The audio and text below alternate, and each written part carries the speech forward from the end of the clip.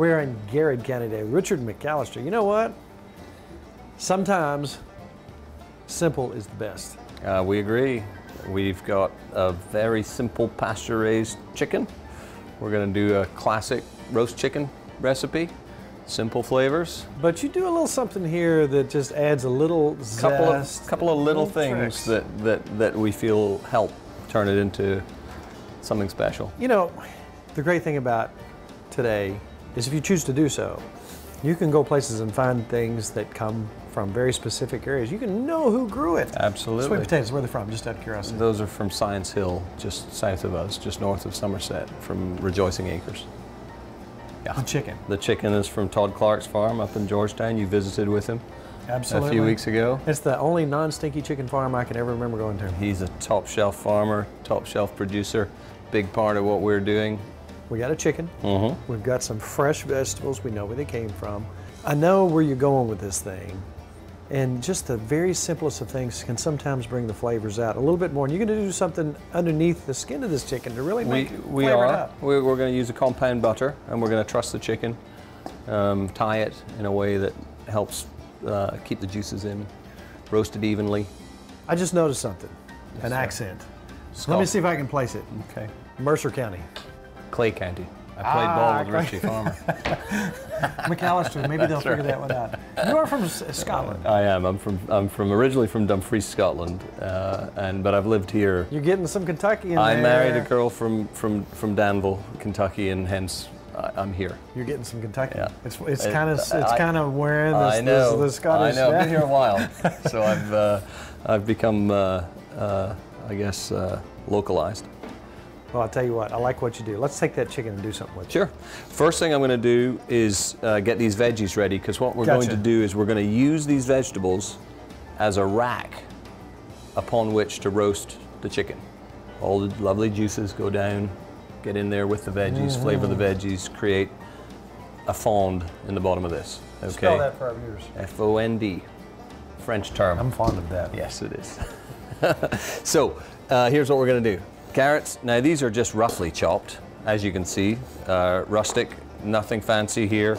We're rustic. Yeah, what we're trying to do is we're trying to create a meal in the roasting pan. Ready to go. One pan. One pan, super easy, cook it all together, and then take it to the table for your family. And if you choose to, you know, a chicken this size can feed, well, if it's me and I'm by myself, I can eat the whole thing. You can have it. You can take Mickey care and of I can, you know, you can feed 4 people with it. It depends on the appetite. I Sure. mean, this is, as I say, is a 3.5 pounder. If Right. it's a big family or a family with teenage Might pop another kids, chicken in there. you may roast 2 on. But this, you know, you can do that very easily. So olive oil, super easy. We're just going to toss it in the bowl. Salt and pepper.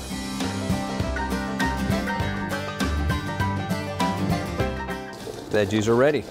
So we're going to arrange onions cut in half, whole onions cut in half, just a couple of them, in the center of the roasting pan. And that's your rack. And that's the rack upon which the bird sits. And then we'll arrange the veggies around it. Each imparts flavor in the other. Sure. As it airs it up. Yeah. That's it. Again, you know, there's nothing simpler than roast chicken. A couple of little details that help elevate it. You can't hardly make this go wrong. Well, so now we're going to prep the chicken. Pasture-raised chicken. Right down the road. We know exactly where this came from.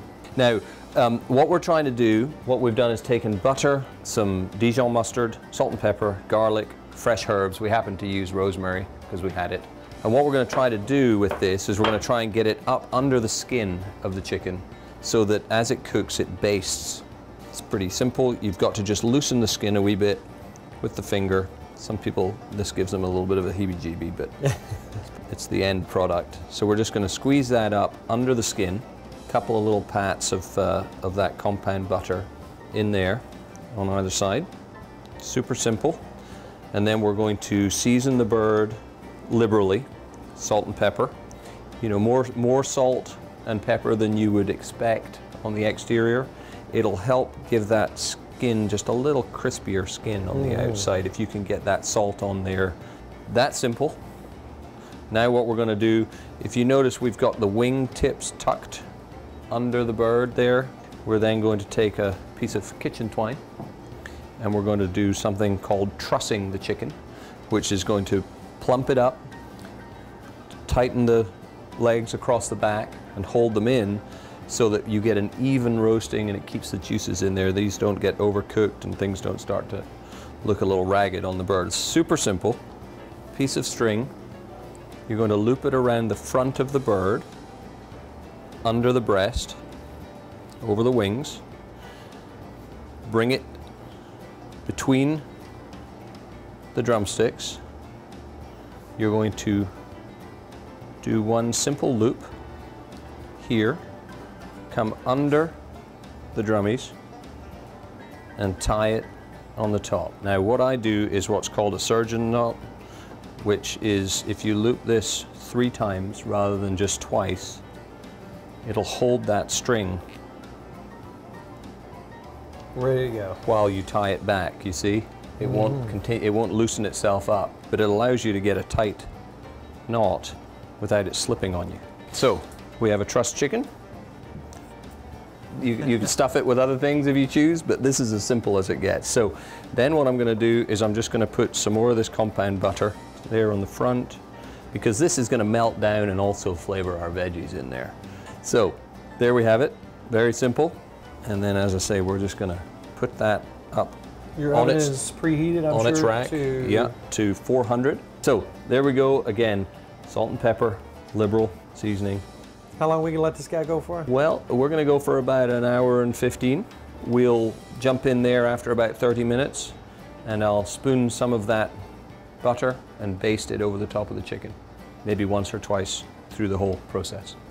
And you'll see what it looks like here in an hour and 15 when we get it out.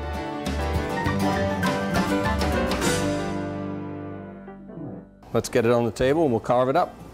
I'm not scared to eat. Excellent. We let the bird rest for a while out of the oven. We basically have a meal in the roasting pan. Roast chicken, veggies underneath it. You ready? I'm ready. Okay, let's do this. Now, obviously, you've got the choice, whether it's the dark meat or breast meat on the bird. We'll just separate there.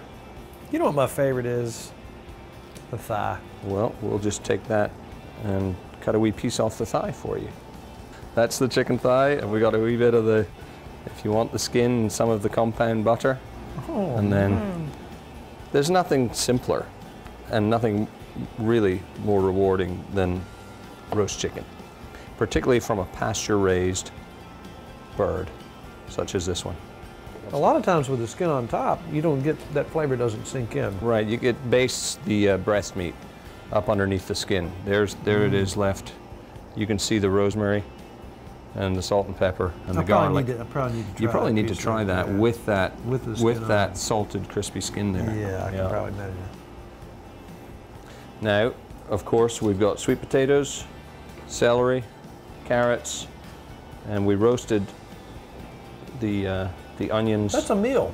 Up, and you can see the underside of the onions is what I like in particular, because they've got what the French call the fond at the bottom of the pan, roasted in there. Now I'm just gonna dig in with my fingers. Dig in.